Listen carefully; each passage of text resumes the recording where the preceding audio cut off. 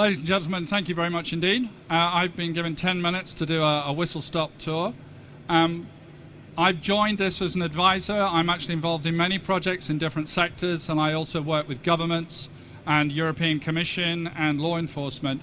And I'm very excited about this project, which is why I agreed to do it. And I leave you to judge by the time 10 minutes is up, is to see whether or not I've done the right thing. So, Tuesday week ago, they repeated this picture in the press.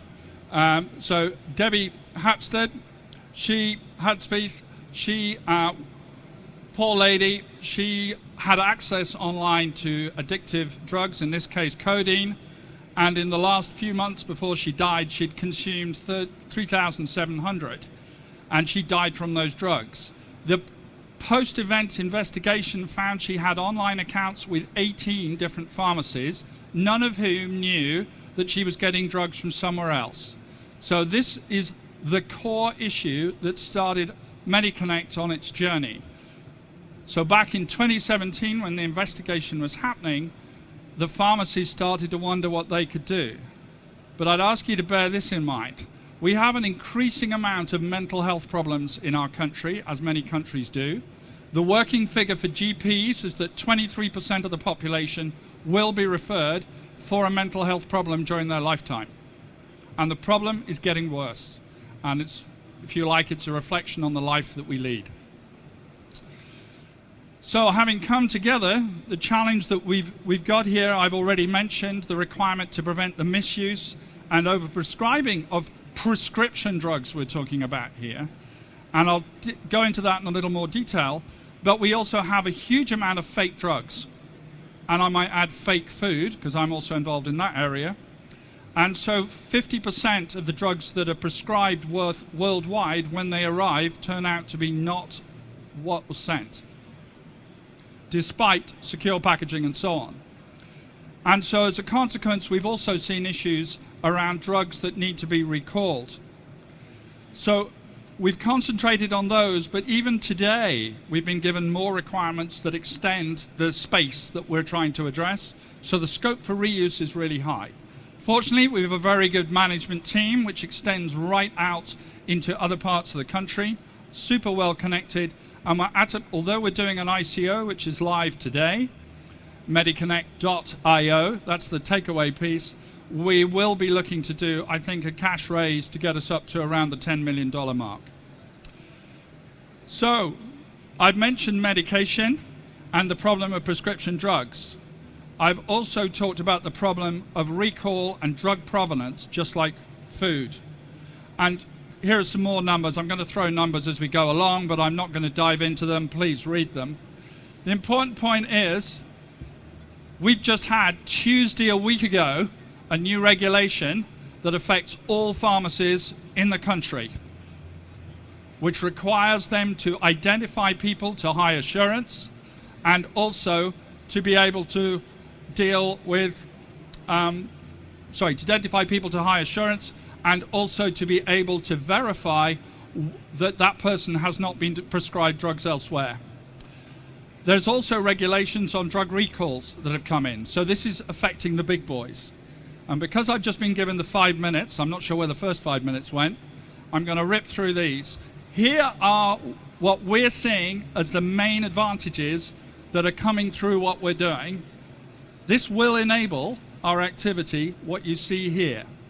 So not only is it dealing with the requirements I mentioned, but it's also dealing with costs around wasted drugs that are thrown away, issues around massive problems to do with risk management, as well as improving market access for other parts of the market, which today find great difficulty.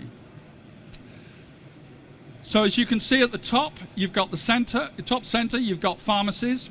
We have 14,500 roughly on the high street, and we have about another 20,000 that exist within hospitals and online. What we're focusing on is the interaction between the patient and, in the new laws, the doctor in this country. That wasn't the case before. The requirement then, whether it's initiated by the patient online or by the doctor, the prescription is validated with the doctor, and it's also validated against, green's not showing up, It's validated against the platform in here, which has access to a transaction DLT. And the transactions on there contain the transaction histories, actually the hashes of the identifiers. So let's be clear, personal data is offline. There's a very high degree of GDPR in this, and we're using zero knowledge proofs in here in order to be able to match the data without exposing data in any way. This means also checking that the person is who they claim to be, whether it's the patient or indeed the doctor or the prescriber or the delivery person that arrives at your front door. And the money side you see on the right, we're also supporting on a payments gateway a crypto asset, the Medi token, and also fiat. So these are really at the center of what we're doing to make sure that all the trust functions in red and the business logic on the platform are coherent in accordance with business rules, and we recognize those rules will change. And so the governance model wrapped around that is designed to support that change. Focusing in on DLT and blockchain, as I've been alluding to, at the top level we're using DLT specifically to support the transaction history activity. And we're looking at a private, almost certainly permissioned. This is part of the debate under AML 4, 5, and potentially 6, because the burden of proof for KYC on the exchange we think might be very high. So we're having a debate at the moment as to whether that will be a permissioned or unpermissioned chain. Smart contracts underneath, as you would expect, because we need to be able to manage errors in particular and support payments. User identification, this gives you a feel. So the user is in control up to a point because they have to meet the high assurance requirements that are being set under, you heard it here, DCB 3051, which is the specification that's come out of the NHS. That means we're going to be looking at a federated trust model with IDPs, identity providers, also supporting the role-based access control.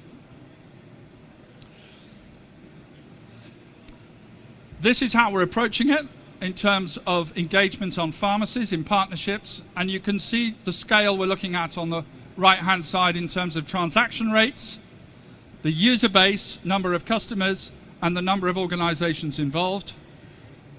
Our revenue models are the classics that you would expect, including prepay, and we are looking to look at incentivization mechanisms.